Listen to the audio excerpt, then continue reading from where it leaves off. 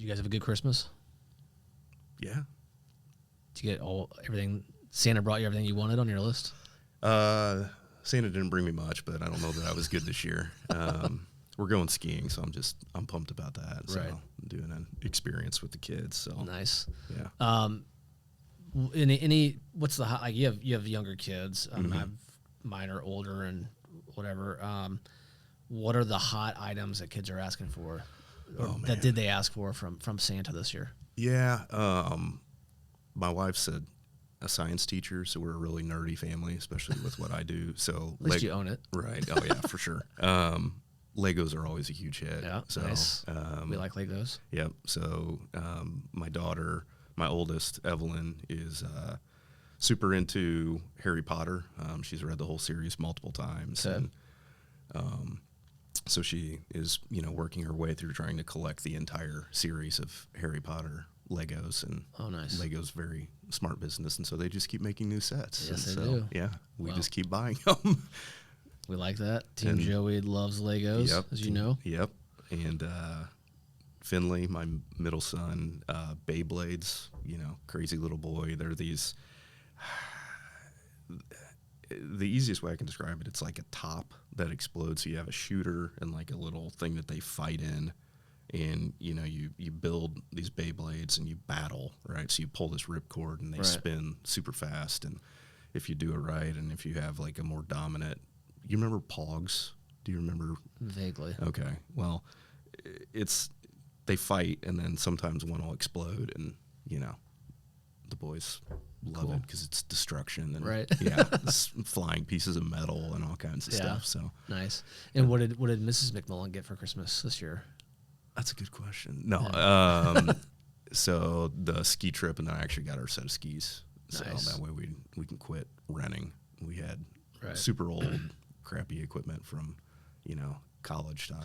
What is the trend in skis these days? Is it still the whole hourglass shape, or probably not using the right technical terms, but yeah, I mean, I did a bunch of research and bought some that had pretty good reviews, and but kind of mid with, we live in the Midwest and we're only skiing a handful of days a year, but renting's a pain in the butt and it's expensive, and so this way we can just roll up and go.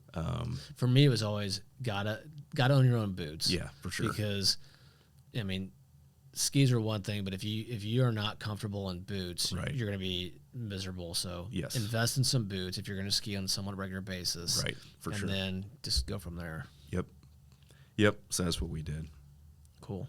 Well, good. I'm glad you guys had a good Christmas. Well, we just get rolling here. Sounds great. Cool.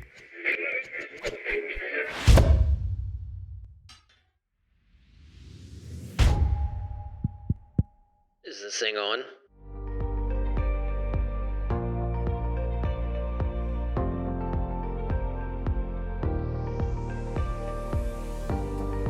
Hey everybody, welcome back to another episode of the Summits Podcast. Thank you all for joining us. We hope you all had a great holiday season, and it's not over yet. New Year's is yet to come. Like I said, thanks again for wherever you guys are tuning in from, wherever you get your podcasts, and those of you who are joining us on the Heroes Foundation YouTube channel, thank you very much. With us today, a good friend of mine and longtime Heroes Foundation supporter, Mr. Andrew McMullan. Andrew, welcome to the Summits Podcast. Thanks for having me. Why don't you introduce yourself to our listeners? Yeah. Andrew McMullan, born and raised in Noblesville, not too far from where we're sitting right now. Father of three. I already said Evelyn, Finley, and then Vivian is the baby. My wife Candace. We've been married a little over 15 years, and I'm president and owner of TSI Energy Solutions. I will say Candace is a long time, consistent figure at the Fit for Heroes event for sure. I know that's one of your guys' favorites, and we appreciate you guys for participating and supporting that one. I mean, who doesn't love riding a bike indoors for 4 hours? Well, everyone, of course. Everyone loves it. It's awesome. It's a great cause. Yeah. That's why we do it. Well, thanks again for your guys' support there. And you guys, excuse me, have also been longtime attendees of the the gala, Uneven with Heroes, and multiple other events that we've put on. So we appreciate that. Grew up in Noblesville. Then what? Yeah, went to Ball State. That's where I met my wife, Chirp Chirp. And, yeah, I got married straight out of school, and we moved to Southern California. And we knew we wanted to get out of Indiana for a while before we had kids. We were both really close with our families. My wife's from Decatur, Indiana. And, we wanted to kind of build our marriage and new life together and be selfish, but also learn to rely on one another. Were there any parameters when you said, okay, we know we want to move away right now because we're young and we don't have a whole lot of reasons to have to stay here, but were there any parameters on where? Yes. Okay. Yeah. So California was actually like the last on our list, which is okay. Good. That worked out well. Yeah. It was really anywhere with mountains. So we are we're pretty outdoorsy. I'm a huge mountain biker. My wife is now too. But we ski, hike, climb, anything outside. That's our happy spot. So camping. So we wanted to get somewhere where we could be close to the mountains. And so my wife, being a teacher, had a lot of opportunity. And so she interviewed at a bunch of different schools. But the one in California she really jived with, and they flew her out. She went out without me, and she was sending me pictures and stuff. And mostly the beach. Like, look how awesome this is. And, and by the way, in the background there's mountains. Yeah, it's great. It was actually the inverse, which I was totally okay with. So, Yeah. I mean, you can tell by my wonderful complexion, I do really well in the sun. My wife does, but I'm a mountains guy, and she's a beach person, but she also likes the mountains. We were actually, where we lived was in the foothills of the mountains. Okay. But we were about an hour, depending on traffic, to the beach, to Newport. So yeah, we kind of got both, but we spent way more time in the mountains than the beach. Sure. So. Okay, cool. And you guys were out there for how long, roughly? 5 years. About 5 years. Right. Yeah, right. Okay. Right at about 5 years. We knew we always wanted to move back when we were ready to have a family. Again, kind of what I said earlier about being close with our family. That was important to us. So when we started talking about having kids and being ready to have kids, then that's when we started talking about moving home. Yep. Cool. What started that process of coming back? I mean, Candace was the precursor to moving out to California. Yeah. What started that process coming back to Indiana? Yeah. So we had talked about it. I regularly was talking to, my mom and dad. My dad and I talked all the time, and we actually, he called me and he's like, hey, your mom and I are going to be in San Francisco at this conference. Why don't you and Candace fly up and we'll go to Napa for the weekend? And so we did, had a great time. And then the morning of the last day we were there, he took me to Denny's, of all places, in Napa. Grand Slam, baby. Yeah. And we were sitting there, just he and I, and he offered me a job. And I remember looking at him and just being like, where's this coming from?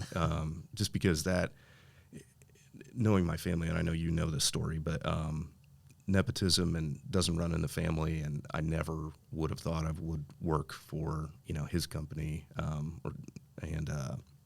so it really caught me off guard. And so weeks go by or whatever, we talk about it a bunch, and I ended up, he told me what the role was for. And it made sense based on what I actually went to school for and Sure. what I did, for work while I was out west. And so I had a couple stipulations about accepting, and one of them was not to be the succession plan for the business, which clearly worked out as I sit here across from you as the president of the company. Right. But he said, that's absolutely not my intent. And so I accepted. And I moved back, put my 2 weeks in with the company I was working for at the time, and moved back. Candace had to finish out the school year, but I came back and started work. Yeah. Been here ever since. Yep. Well, I know the story, but there's certainly a bit more to the job offer and that transition than met the eye at the time for certain. So Andrew, what's your cancer story? So my dad was diagnosed with stage 4 lung cancer almost 4 years prior to when he ended up passing away from it. Okay. And so he was a very private and prideful man. So he basically, his whole journey with cancer, there were less than 10 people that knew.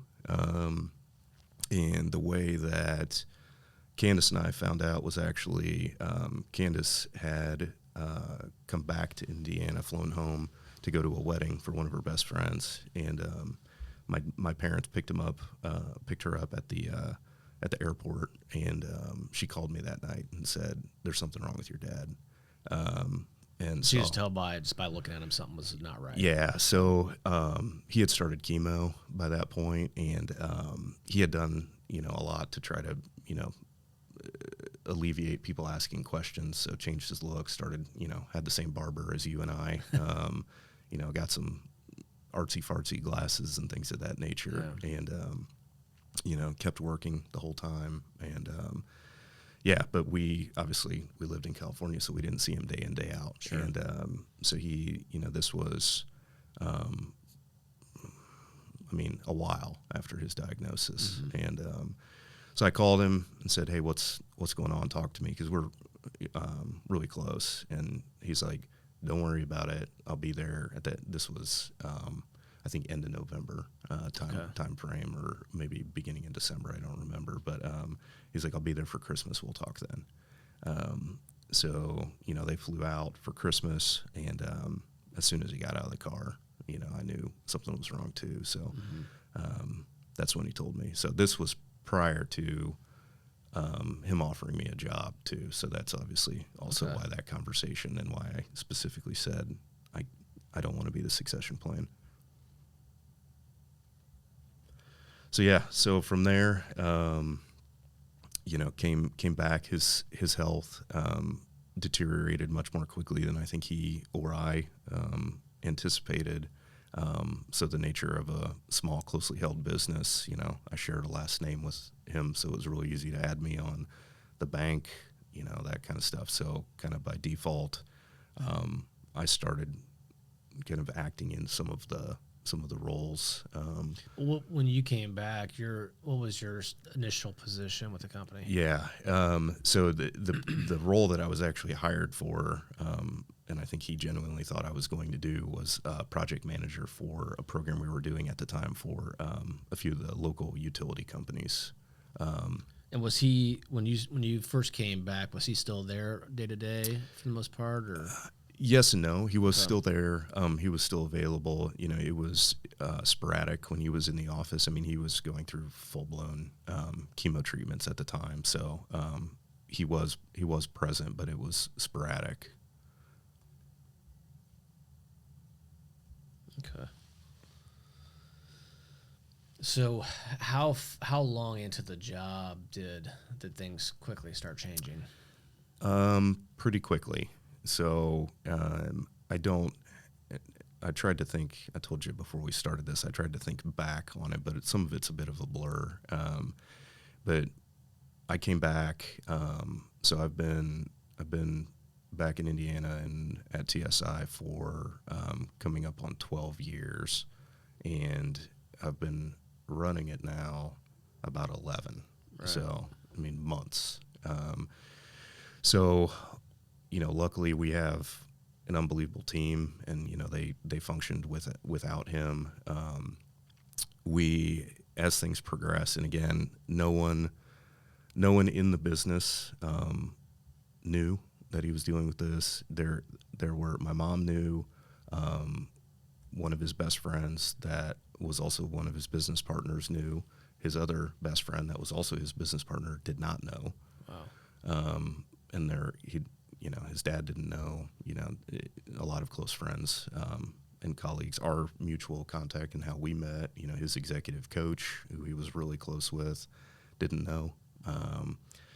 So, he progressed, and long story short, he actually ended up, we planned, at that point in time, we had offices in several other states, and so we had employees kind of scattered all over, and we had a big annual company meeting that we did that was big undertaking and fun, but challenging, but we actually had all of our employees flying in, and at a hotel, we had a guest speaker flying in from Canada, and we had 150 of our clients scheduled to be there.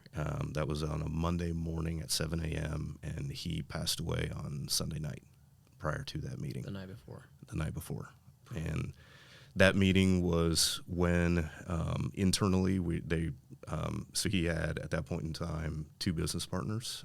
One worked in the business, Bill and Jim, I'll use their names. They're really, one's literally my godfather, and another was one of my dad's best friends, and I definitely leaned on them early on too. But so yeah, he had two business partners, and we had planned it, but obviously that was when we were going to announce that I was taking over in the role of president. Again, no one knew that he was sick, but just from a outward or facing standpoint. And so Bill and Jim and I, and also my brother-in-law, who works for the business, at that point found out. And so all of us had to keep it quiet and act like business as usual. Meanwhile, tons of our clients and things were asking where Phil was, until dinner that night. So okay, I'm just trying to picture that scenario, and it's like, yeah, if someone says, "Oh, where's your dad?" Yeah, I mean, like, what was the answer at that? I don't. Yeah, don't even remember. I don't even remember. Kind of I think he was sick, so he wasn't able to be here. I think is what what we had agreed to. But but we kept it together until dinner, and we had a great meal here in town at a restaurant, and had a room rented in back, and we. It ended up, that's when we announced it, ended up truly kind of being a formative moment for the company. It turned into, I lost it at that point in time. A lot of emotion riding on that, but, everyone kind of went around and shared. I jokingly refer to TSI and the people, our group as the Island of Misfit Toys.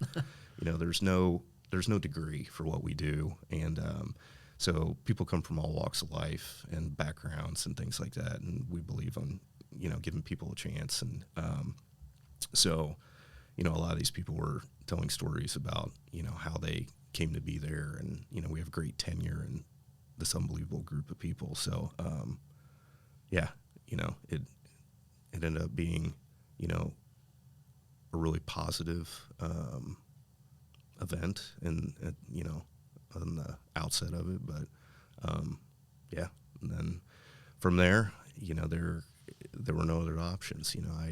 I took over. I basically his shares, went to my mom based on the buy sell, and then half she sold, and we bought out over time, and then the other half were gifted to me because that was our only option. Right. And so then at that point in time, I became a third owner in the business and took over as president. Yeah. A lot of stuff happened in a very short period of time. Yeah. A lot of, obviously, clearly unplanned, and unplanned from the standpoint of you didn't have a whole lot of grooming or experience in terms of general experience at that point in time. What the situation you were put into, which cancer has a tendency to do for a lot of people, the way you answered the call in that situation, as I've told you, I'm really proud of how you handled it. And it's kind of easy to say now, looking back and seeing what's progressed over the last 12 years. Super proud of what you've done there. I will say that, I don't know if congrats is the right word, but congrats to all the people that were around you at the time, your employees, Bill and Jim, the rest of your family.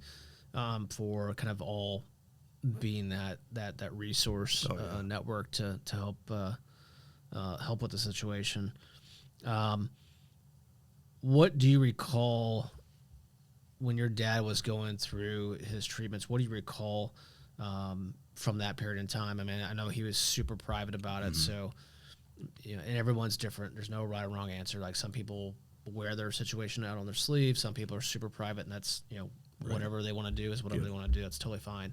But what do you recall through that process? I mean, were you kind of immersed in the work, knowing that there was more on your shoulders than originally planned? Right. Or did you spend a lot of time with him, or was it a mixture of both? It was both, as much as I could. Like, he, in his situation, I pushed him because he had a lot of people close with him, and I didn't, at the time, I didn't really understand the stance that he was taking and not telling people. I mean, he didn't even tell his dad or or his brother or anyone. And his reasoning is like, everyone's walking around with their own stuff they got to deal with, right? He didn't want to burden anyone with it. He also made the case from a business standpoint. We had some contracts and things in the works that he was worried, if they found out that the president of the company and majority owner at that point in time, was fighting cancer. He was worried what that might do to the business and all the families that are tied to the company. So, yeah, like, I think I understand it more now, having walked a little bit in his shoes, being the president of a company. And, at that point in time, I was just his son, right? And I'm like, Dad, I don't understand, like, don't you want people around you during this time? But,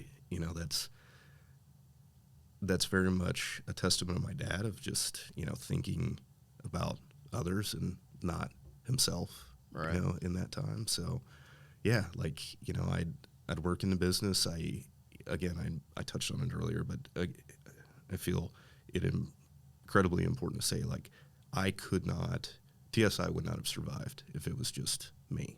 Like, it's that pure and simple. Like, we have an unbelievable group of people that have a ton of grit. And I think, to your point and to Hero's point, cancer touches everyone, right? And, and people have that story. And so they wanted to help, and they did. And, I tried to be vulnerable and say, like, hey, I need your help. I don't know what I'm doing.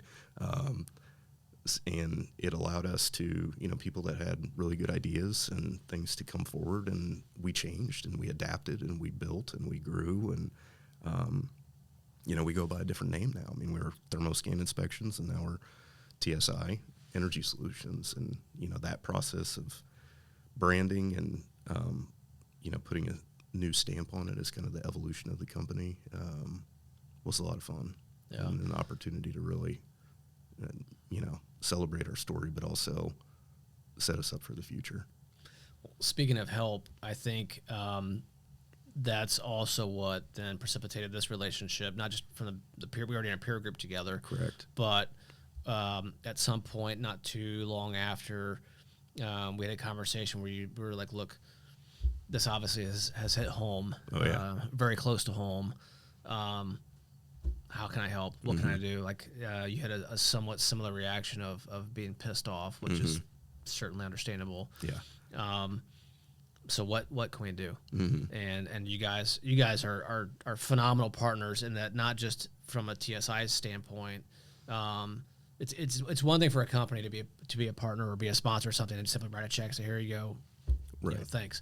But you guys go above and beyond that. You do that, but you're also present at a lot of the events.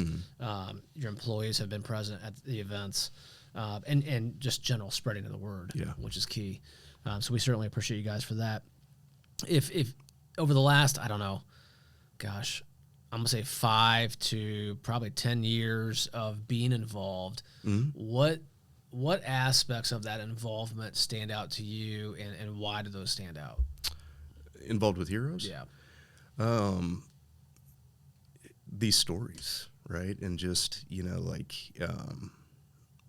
it's the degrees of separation thing, right? And which in Indiana is like 2 right. for Kevin Bacon instead of 7. Yeah, right. That's so true. But I got involved initially. I think you kind of extended the offer through cycling. I said I'm avid mountain biker. And Team Heroes. On the cycling side, you said, hey, we've got this local nonprofit, and one of the things we do is the cycling team. And I met a bunch of those folks, and I'm not a huge racer. I do some distance events and things like that, but just that community and seeing what they support, and in return, what Heroes supports, and then going to the galas and spinning for Heroes and the PIF party, and and all those things, and I'm an introvert. I don't like getting out much, so it's an ask to get me to go, and my wife is even more so. So we love the gala this last year. We did it a little differently and took a bunch of longtime friends of ours that had never been, mm-hmm. and